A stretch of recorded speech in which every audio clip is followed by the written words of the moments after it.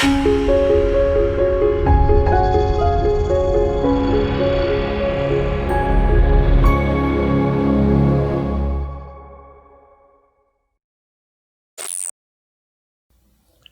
dias. Bom dia. Kalimera. Good morning, everyone, and welcome if you're new here among us. My name is Gene, and I serve here at C3 Church as your lead pastor. If you are tuning in from elsewhere, welcome to Elsewhere.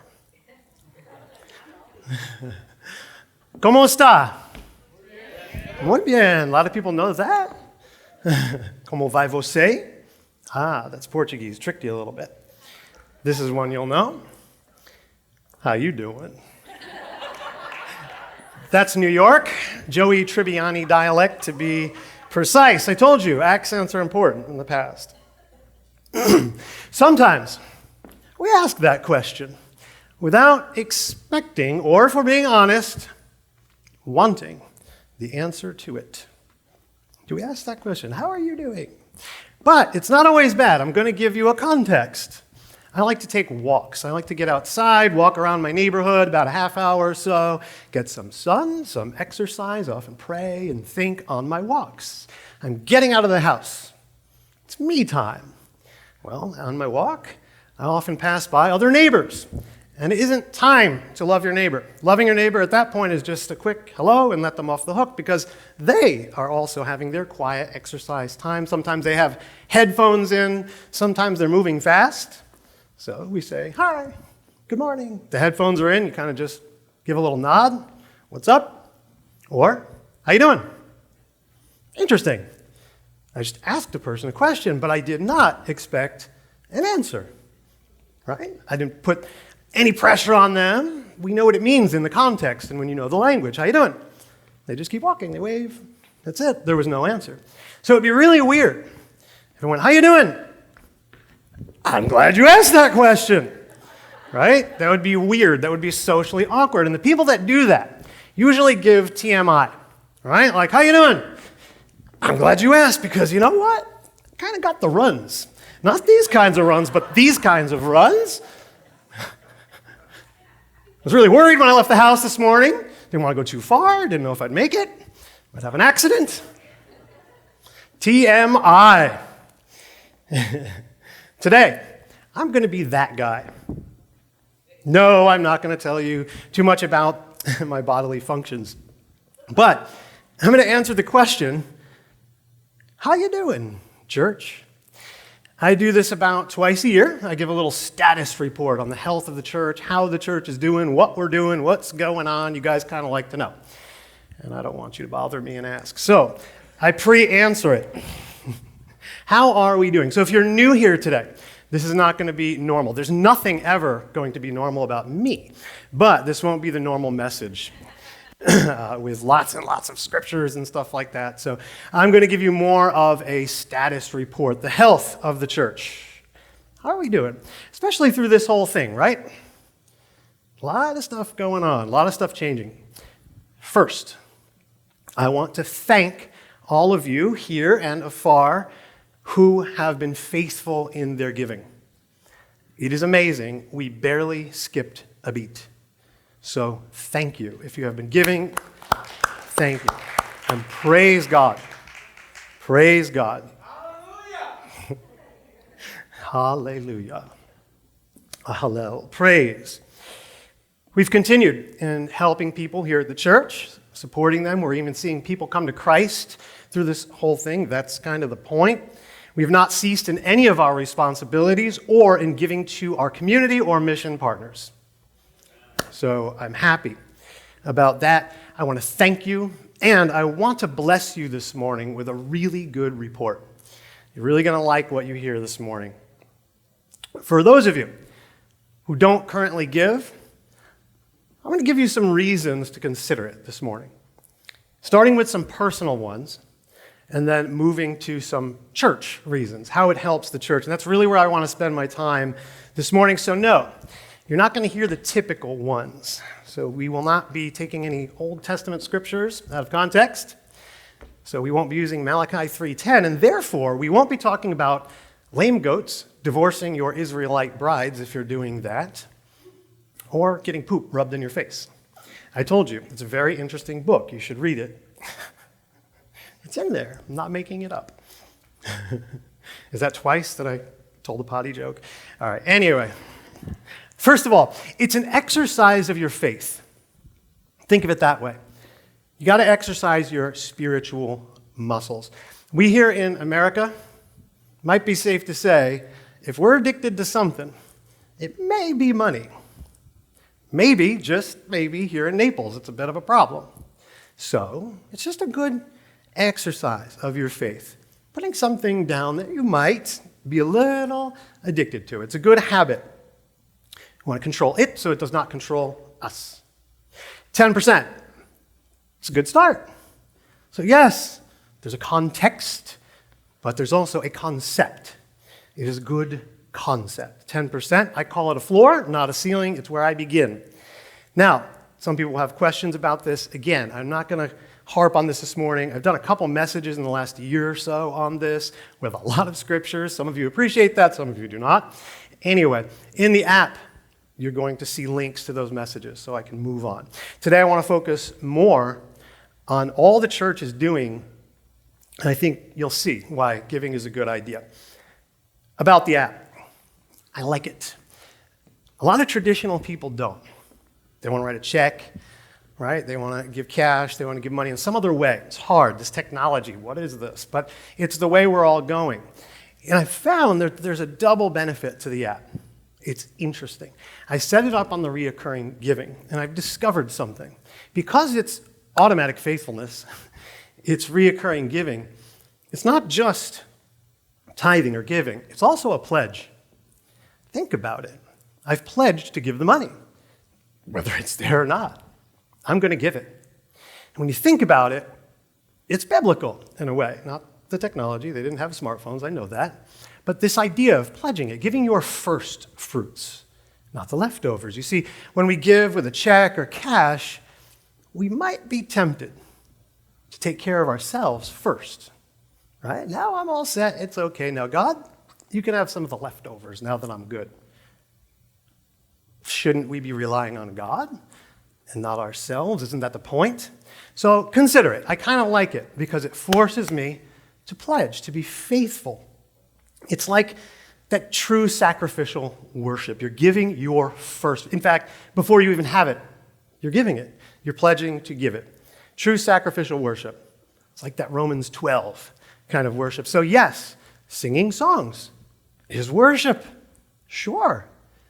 But pledging and giving like that may be hard to hear, but it's true. It's putting your money where your mouth is. A sign of God's Spirit working in you. This is an often overlooked miracle and gift that we see in the early church in Acts. Let's take a look. The early church, Acts 2:42, they devoted themselves to the apostles' teaching and to fellowship, to the breaking of bread and to prayer. Everyone was filled with awe at the many wonders and signs performed by the apostles. All the believers were together and had everything in common. They sold property and possessions to give to anyone who had need. Again, in chapter 4, all the believers were one in heart and mind. No one claimed that any of their possessions was their own, but they shared everything they had. With great power, the apostles continued to testify to the resurrection of the Lord Jesus. The gospel, we'll talk about that today. And God's grace was so powerfully at work in them all that there were no needy persons among them. For from time to time, those who owned land or houses sold them, brought the money from the sales, and put it at the apostles' feet. And it was distributed to anyone who had need. Pastors, you're kind of shortchanging yourself by only asking for 10%. That's what I think. We should just go for it and ask for 100%. Right? No, I'm not going to do that to you. But you get people who play with this stuff. Right? They play around with these verses. Well, in the New Testament, it doesn't say you have to give 10%. Oh, no, it doesn't. Maybe you should give 100%. That's what you tell them if they're playing with the verses. It's a bad attitude when they do that. Come on, really? The idea is that you're getting to keep 90% of what belongs to God anyway. Think about it. That's the right attitude. Thank you. It's wonderful that I have this. The overlooked gift and miracle of extreme spirit-filled generosity in the early church. So, I'd like to highlight some things that this church is doing. As we align ourselves with the biblical church, don't worry, not 100%. Here are some very encouraging reasons to give, maybe 10, I don't know. First things first, I want to say this because when I first came into church, I'll talk about my background. It's kind of easier for me to see some of these things rightly because I came in later in life. I didn't have any preconceived notions. I wasn't trained in any way, shape, or form. So I came in and I asked, why? Why do you do that? Why do you do that? Why do you do that? That's why we're here. So the church, I want you to hear this. I think we forget it. The church is a mission. The church is a mission. I think we forget that sometimes. It's not said often enough. So here, if you've been here for a while, you know that we feed people richly both in word, the word, and deed. Both. The primary mission of the church is the spread of the gospel. You can do a lot of stuff, but if you don't get to Jesus, you've missed the whole point. So, that is the primary mission. We must spread the gospel. Number one. And deed. Word and deed. When you are in the Word and the Word is in you, the deeds naturally flow out. So, the Word is primary. The gospel is primary. Once we understand the gospel, did you feel that when you were singing that song? Did you get that? Once we're filled with that, what else are you inclined to do but love others? How could you do anything else when you're constantly filled with that? So, word and deed, the outpouring here is that we do like to feed people. A little picture of the loft area. If you're new here, you may not have seen this area. That's the upstairs area. It's kind of like C3 Cafe. It's a really nice area. What those lovely people, I know some of them, are doing up there. They're feeding people. People, as you can see in the tables, they're eating in the background. So we're eating together, fellowship, just like the early church, right? The breaking of the bread, the fellowship, the prayer. But what they're doing there in the foreground of the picture is packaging meals so that people can take them. Maybe you need a meal later too. Maybe you know people who need meals. So they're multiplying the effort and the effect. We're going to get to that today a little more. You may have seen something when you walked in this morning.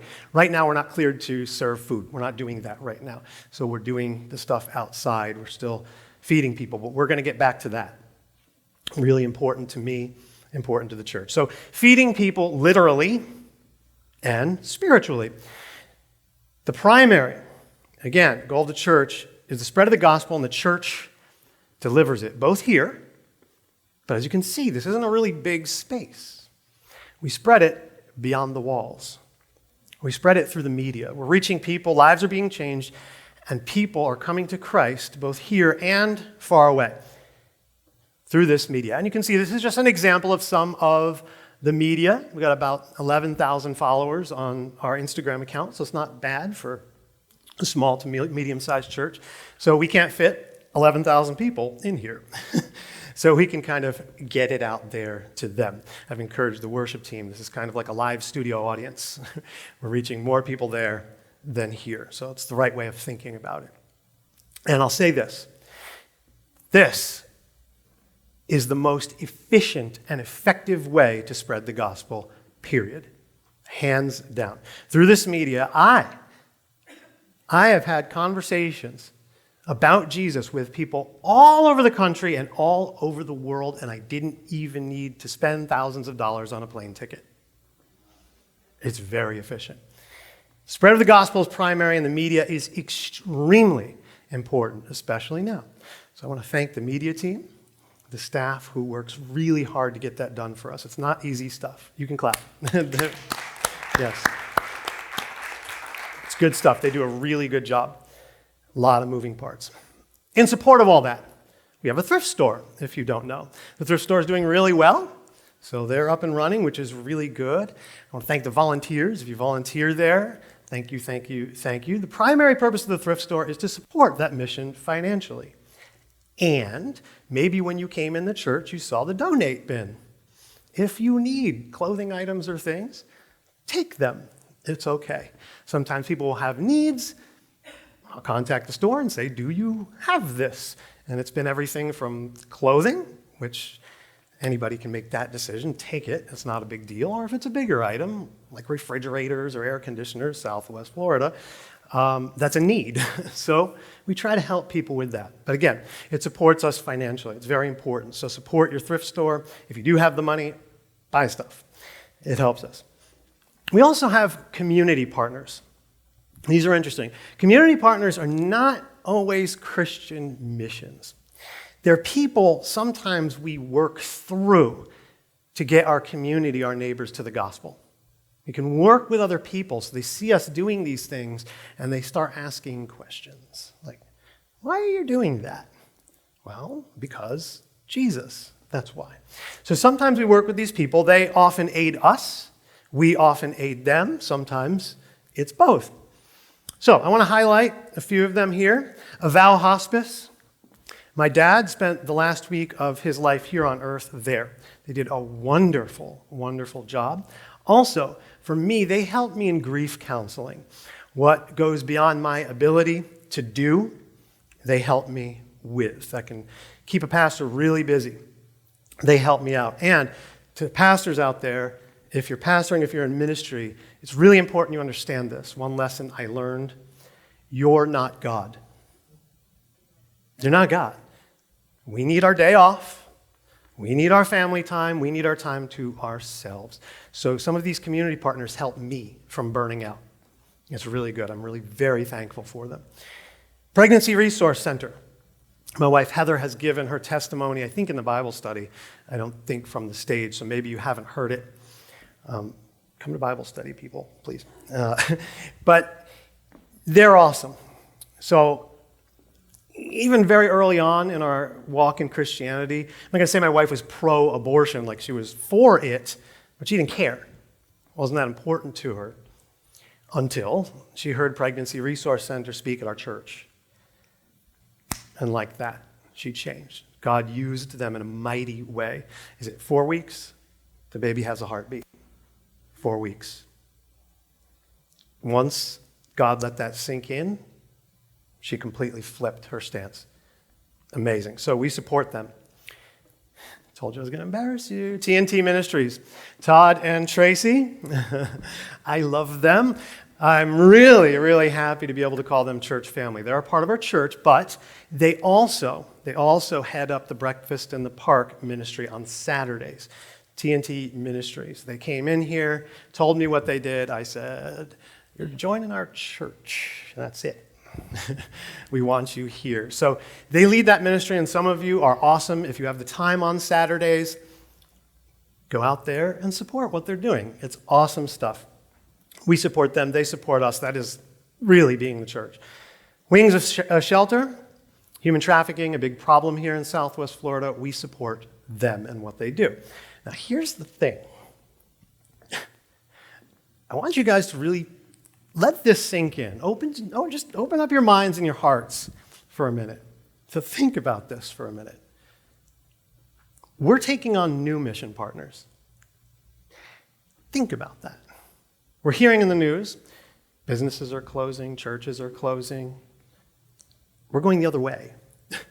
We're taking on new community partners, new mission partners. We're giving more. We're being supplied with more. Incredible. So, first one I want to talk about is Naples Young Life. If you don't know anything about them, I didn't actually. Just think of like a supersized youth group. They're a really, really big youth group. They needed a space. We have a space. Upstairs also in that loft area, there's like a game room. We have a pool table, a foosball table, all kinds of stuff for kids. Everybody, well, even the big kids like it too. The ballroom area up there, there's an extension. So there's room for tons of kids.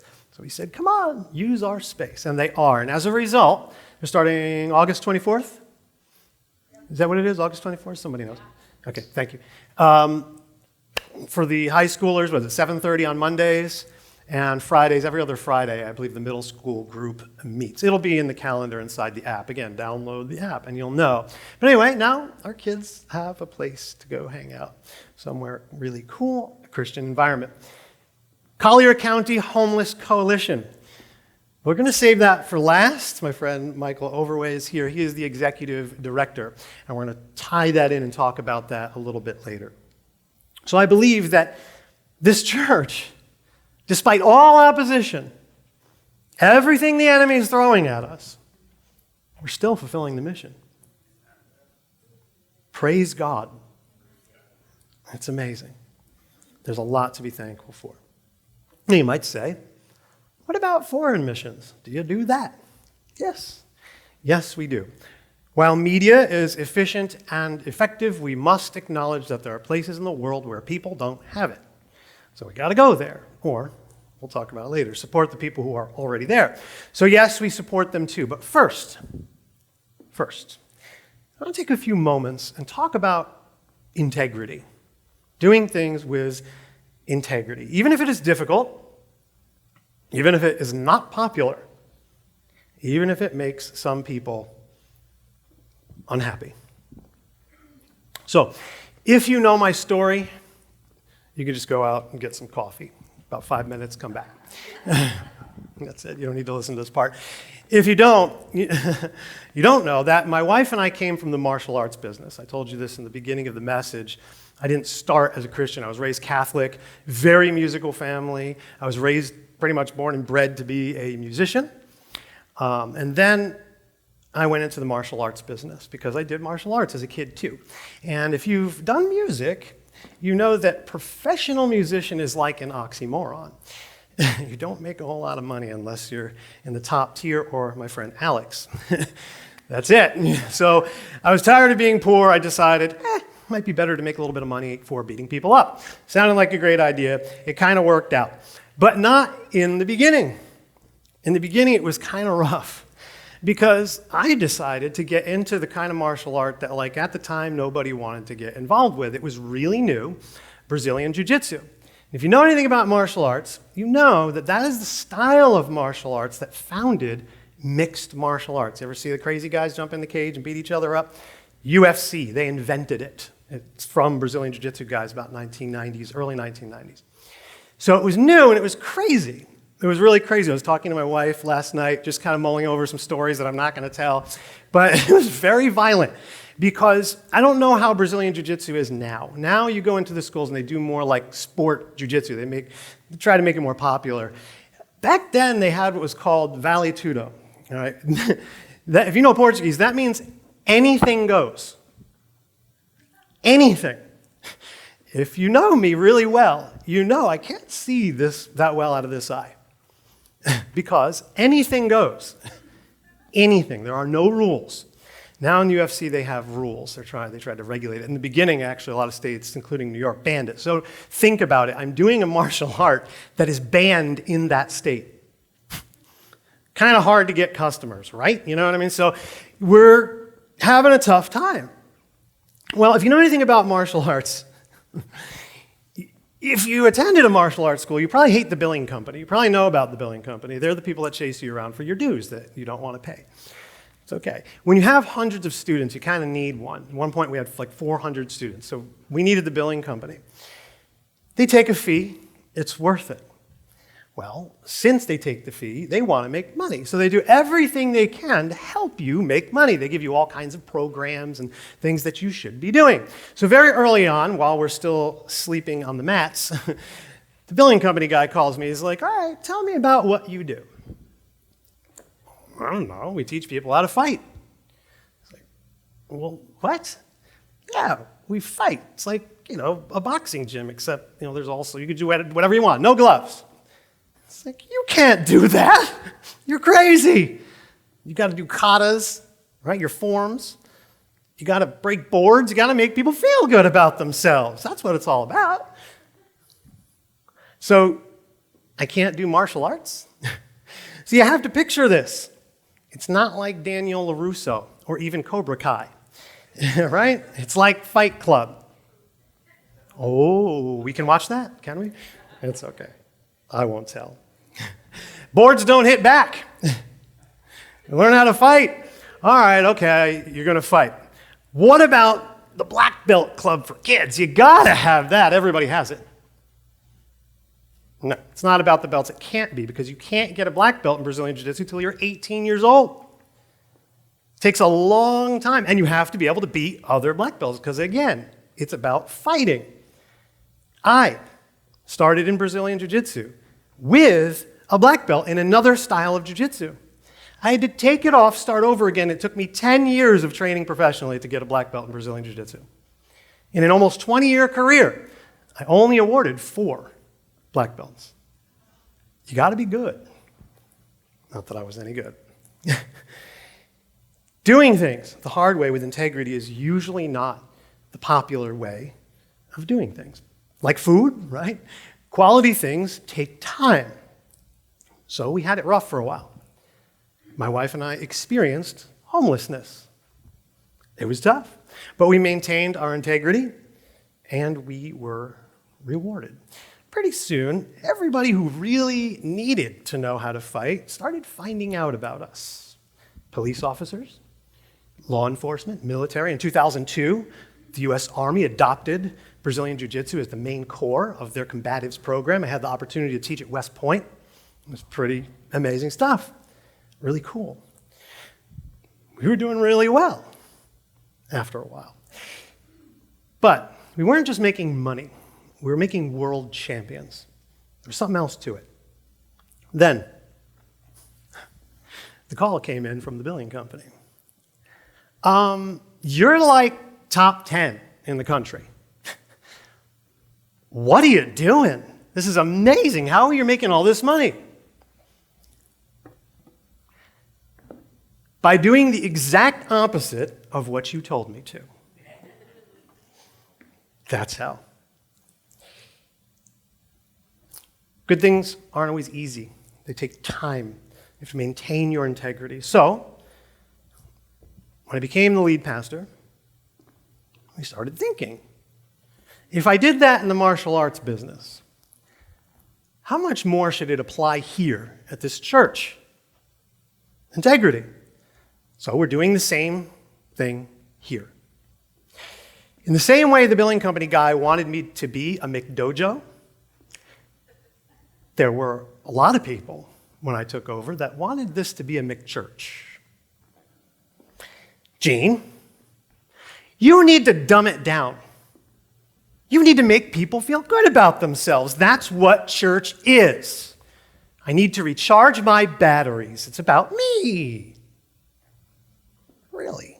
Don't use all those scriptures. You mean tell people what it says in the Bible? Okay. You can't tell people they need to improve. That's not what it's about. Don't talk about discipline, obedience, fasting. What are you, crazy? You can't have those people in here. You can't feed them every week. Really? Watch me. Don't tell me I can't be a church. But I've been told. Now, we're seeing the fruit of that, aren't we? Integrity. How did we do it? By doing the exact opposite of what they told me. Period. I listened to God instead. When you do what God tells you to do instead of what people tell you to do when they're in opposition to it, God blesses what you do. It just takes time. And that's what we're seeing here. How did Paul get to Rome? It's in the app. I don't have a lot of time today. You'll see. He kind of did the exact opposite of what some people told him to do. Doing things in obedience to the Lord with integrity is often not the easiest way. It can be hard. It's not always glamorous. But when we reach the goal, it's a glorious thing. We're getting there. In many ways, the modern American church often looks more like commercialism than biblical Christianity. And we don't want that. We want the biblical Christianity here. We want quality over quantity. So, quick note, if you give to C3, you should know that your money is being used intelligently and with integrity. Period. And that brings me to Mission India. Foreign missions. Mission India is about making Jesus known where he isn't already. We're in our Romans series, chapter 15. We came upon this. I want to remind you. Paul writes, "It has always been my ambition to preach the gospel where Christ was not known, so that I would not be building on someone else's foundation. Rather, as it is written, those who are not told about him will see, and those who have not heard will understand. This is why I have often been hindered from coming to you." You see, we learned this, if you were with us in the series. There was already a church in Rome. Paul didn't start it. What did Paul want to do? Just going to pass by and say hi. On his way to Spain, I presume the gospel hadn't been spread there. Okay, that was the point. Not going back over and over and over again to the same places, painting the same buildings, doing those kinds of Christian things. Hear me, if you want to visit Christians in other countries where there is already a church there, that's fine. We see that in the Bible too. Nothing wrong with it. It's not what I am saying this morning. But that is not the function of biblical missions. It's not the function. It's just going to church in another country. That's it.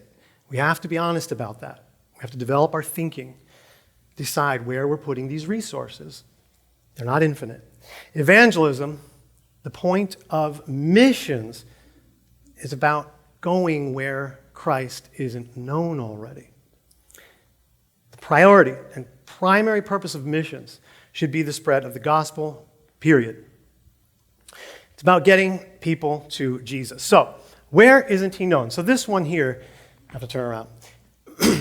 The red dots indicate places where Jesus isn't known. So less than 2%. If it helps you, the red dots mean that 98% of the people there don't know Jesus. Think of it that way, all right? So if we're doing missions, right, you want to go to the red places. Kind of makes sense. Like back up from all the churchy things that we do, right? All the things that we sign up for, all the field trips. Back up. Think of it with logic. I looked at this with a business mind when I first came into the church. Now let me show you something. Next picture. Okay, logically, the green dots. Now it's a little bit harder to see on this screen in here. The contrast isn't fantastic, but the green dots represent the places where Jesus is known. Pretty well, actually. But aren't they all the places we like to go on missions? Does it make sense? No. To a non-Christian, you couldn't explain the way we usually do it. Anyone logically would say, okay, if missions is about making Jesus known and the red dots are where he isn't, that's where we gotta go. But you're never gonna see, now probably is one now that I say this, but whatever. It would be pretty rare for a church to have a mission trip sign-up sheet to Iraq, right? One name's going to be on that sheet, Paul. That's it. You know what I mean? We don't go there. We don't want to talk about that. India. Isn't that remarkable?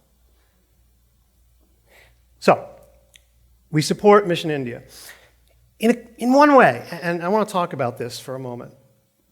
Just be really honest about a goal that I have. So in the app, if you want to read about, it's basically, think of it like a VBS program. That's what it is, over there, a vacation Bible school. It's a short Bible school. And the idea is they educate the children there, of course, in their own language, in their own culture. And then usually that translates to the home. Now, it's great. And I want to keep doing that. We're doing that now. That's primarily what we're doing in our sponsorship to them. And it's fantastic. We're going to keep doing that. I don't want to stop doing that. But everybody likes to do things with the kids. You know what I mean? It kind of pulls on our heartstrings, and you can get people to give more like that. Just being totally honest with you guys, if you haven't figured that out already. You're not going to get me any other way. But I had this other idea. They have another program, and I was told that it's not as popular. And I'm like, why? Doug Barclay, he came and spoke not too long ago. He'll be back again, hopefully soon. Anyway, why isn't that popular? He's like, well, people love giving to the kids, and it's hard to get people to give to this other thing. Sponsoring a pastor. Smart. And we can do it for a fraction. It's not going to be like what it would cost here, where you'd have to give $60,000 to put someone up. It's actually a joke. I don't even want to say what it is. It's such little amount of money, it's embarrassing to not be doing it. Embarrassing. And just to let you know, to send someone there still costs between $30,000 and $60,000. This is an indigenous person. They already know the language, the culture, they're there. We just got to support them, support him and his family, right? He knows about Jesus, he knows the Bible, it's the perfect person, right? I don't know don't send me there. I don't know the language, right? Just being real with you guys, it's not a racist thing. I have blue eyes, I'm white, you know what I mean? It's like, it's going to cause a problem. We've heard stories from some of the people that go there that the Americans will come, right? Because not all Americans are white like me, but they leave and the person or people who put them up get persecuted. What were they doing here? Sometimes they get beaten, tortured. It's not good, not helping anybody out. I've heard stories where missionaries were shocked because they would arrive there, they'd have a nice time and everything, and the local pastor would say, don't come back here. Give me the $1,500 you spent on the plane ticket. It feeds everybody in the village for 6 months. Think about it. So we can get this done for a fraction of the cost. It's embarrassing. Again, guys, it's like so little money. I couldn't believe it when I heard it. But through this, we'd be planting a church. Think about it. Planting a church, and then everybody gets to know Jesus, the young and the old. We could start to turn that map green. You want to do that with me? I'm kind of excited about it. I think we can. I think we can sponsor more than one pastor. I want to sponsor a bunch of them. And you just got to think about it. Churches grow. Let's say we fill up this room. Everybody comes to me. What happens when we fill up the room, Gene? I don't know. People can wait outside, But what do churches do? We're going to open another church right down the street from another church. It's not exactly helpful. What makes more sense? For a fraction of the cost, starting a church where there is not one, kind of the point, or just opening another church where pretty much everybody knows about Jesus here. Think about it. It's time to ask the question, why? And do things with integrity. Now, I want to say something again. Just as it is okay to go visit people in other countries, that's fine. Especially if you're doing it on your own dime. That's okay. It's great. Make friends, travel. I like traveling. But I'm not negating the purpose of the church as a local mission. I spent a whole bunch of time talking about it, didn't I? Not negating that purpose. Edifying and building the body, equipping the saints. Beautiful. It's all for that. That's great to have local church. But I pass 12 churches from my house to here. I really don't think we need another one here. Just saying. Plus, when you think about it logically, it's not helpful to the churches that are already here. Some of them struggling. So, looks like a good idea. Here, look at the map. We're doing okay. There, not so much. And so let's use some intelligence and integrity and get it done. Amen? Our new partner, Collier County Homeless Coalition. I want to introduce you to my friend, Michael Overway. Finally got to meet him in person today. We were Zooming for a while. Now, come on up, but here's the thing. He asked me, give me a text. How long do I got? I said, 5 or 10 minutes. He's like, okay. I like to preach. I said, well, my wife, she's doing the announcements. Remember, she did martial arts. Right, so I'm glad he's walking off the screen. I'm going to give you the stage, Michael. So thank you, Pastor. Let's welcome him. Thank you. So one of the really cool things about coming to speak at other locations is, especially when you follow somebody else, you get to sort of absorb some of what they've said into what you want to say, right? And if your heart is open to what's being said via the Holy Spirit, you will take that in. And so as Gene was finishing up his presentation, he's talking about fractions, right? And so I had this whole dialogue planned in my head because I'm thinking, at about the 8-minute mark, Gene's wife's going to be storming the stage and I got to get off the stage here. And so, I'm trying to run this through really quickly about how I'm going to present, on the Hunger and Homeless Coalition. And then Gene said fractions. And fractions stopped me for a moment in my thought process.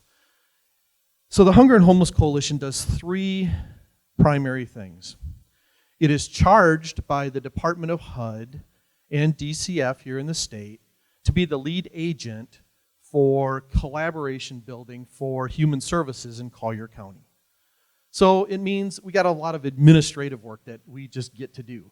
Some of it's funded, some of it the government calls an unfunded mandate, which is really fun.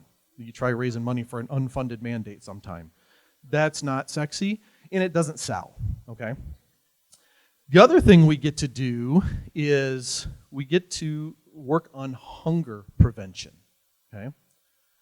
So our mission says that we're to work with the community to build programs and service delivery platforms that are meaningful for those who really need to access services.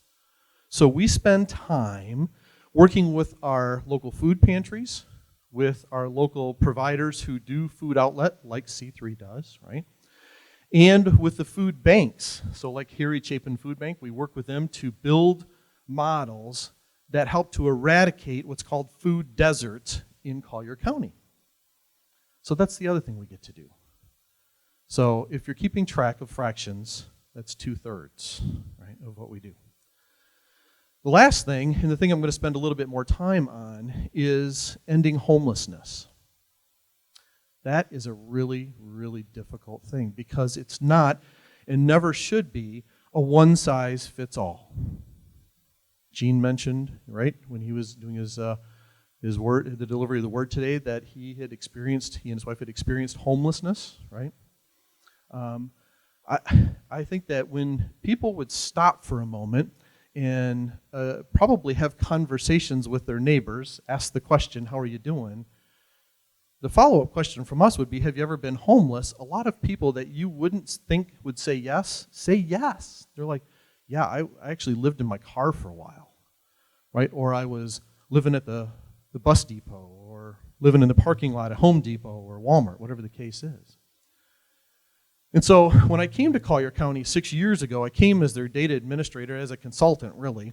And that's just a big word for, we get to do a lot of remote work and not have to sit in an office all day long here, right? And I was doing that for a number of years, and we were trying to understand what does our data here in Collier County look like. And the truth of it is, we didn't know. We just had no idea who's experiencing homelessness, why are they experiencing homelessness, and how can we as a community begin to address their homelessness. We didn't have the answer to questions. This agency had been in business since 1989. We should have had answers to those questions by now.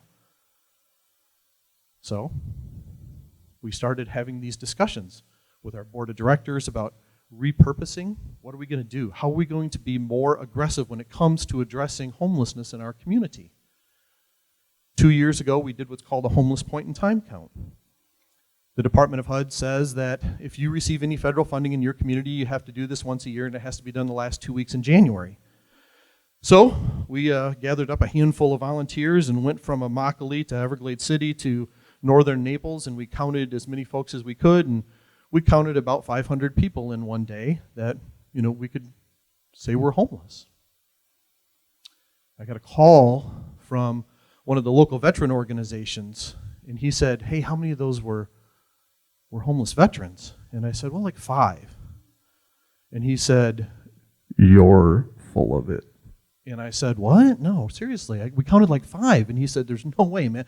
He said, in any given day, I have way more than that we come in contact with in our community. For the folks that we're serving, either through Wounded Warriors or through, the veteran halls. I mean, we're seeing folks coming in here that are homeless. There's no way. And I said, well, if there's, you want to do it, you go do it, right? You go do a count, see how easy it is. Never challenge a veteran. So he did. He organized about 70 veterans to go out and count.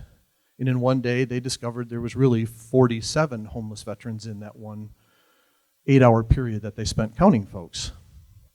And I said, well, that changes my perspective a little bit.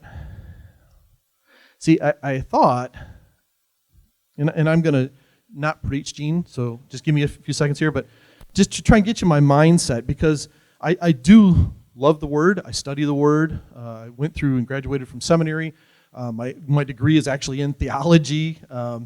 I thought it maybe at one point in time it would be in political science, and then God said, why? Don't do that. Anyway, so I'm thinking to myself, well, how did we get to this point of just this total complacency? And it brought me back to actually what Gene almost touched on this morning, which was Acts, the book of Acts. It's really the book of action, right? And in that, a couple of guys, one from Cyrene and one from Cyprus, and you have to understand these towns, they're very poor. They're actually copper mining communities, very, very blue-collar, even lower-end blue-collar communities. These guys received the word. And what they received was to go on this mission to Antioch. Now, Antioch, there was no church there at the time, right? And so these guys get to the gates of Antioch, right, the city, this big outpost, and what they discover is that the downtown street is 4 miles of paved marble roads, gold lampposts, magnificent structures. And what do? They stood on the corners and preached the gospel. And I thought, man, what fortitude do these guys have? They were not willing to take and accept anything less than what the truth is and what the truth needed to be told to those folks in that community. So, see, they started the church in Antioch really before Barnabas retrieved Paul and brought him there. These guys start this church. These 2 guys who come from a community that shouldn't have been in this community. It shouldn't have been in Antioch. So I'm thinking, well, if they can do that, right, then I should be inspired enough to do something different. So I reached out to that guy from Wounded Warriors, and I said, hey, how about you and I form a partnership? And how about we do this differently? And I said, here's what I need to do. I need to know some truths. Who's really out there? Why are they out there? What brought them to their homeless state? How can we address their homeless state? And I said, let's target some veterans. Let's do this to begin with. Let's, get that list of 47, who are they? And let's go talk with them one-on-one. And we started that process. And pretty soon I figured out, gosh, I can't do that job, my day job, trying to run the coalition itself, right? And the other 2/3 of that fraction that I'm supposed to be doing. So I asked a private faith-based funder to sponsor an outreach program. I said, here's what I need. I got to hire somebody, and I'm going to send them out into the camps, and we're going to figure out what's going on. And so they gave us a grant, and I'm starting on the prowl now to find somebody, right, to get somebody hired in for this position. And the guy from Wounded Warriors said, hey, I hear you're starting this outreach project, right? And I said, yeah. And he said, so I got a guy, but I got to tell you, he's fresh out of the recovery community from alcoholism. He's been homeless, but he is a Navy veteran, honorably discharged. And he said, I think he's your guy. And so, my first perception had to be somewhat like those guys from Cyprus and Cyrene, like, really, you want me to go there? God, that's where you want me to go? You want me to hire this guy? I was thinking maybe somebody who might have been a professional outreach coordinator, right?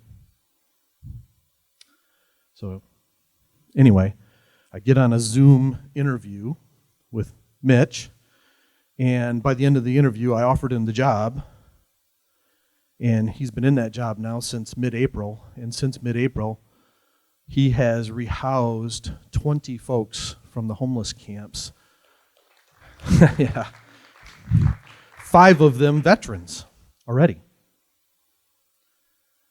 So, why do I tell you all this? Well, because it has to be done. What we do day in and day out has to be done in a partnership.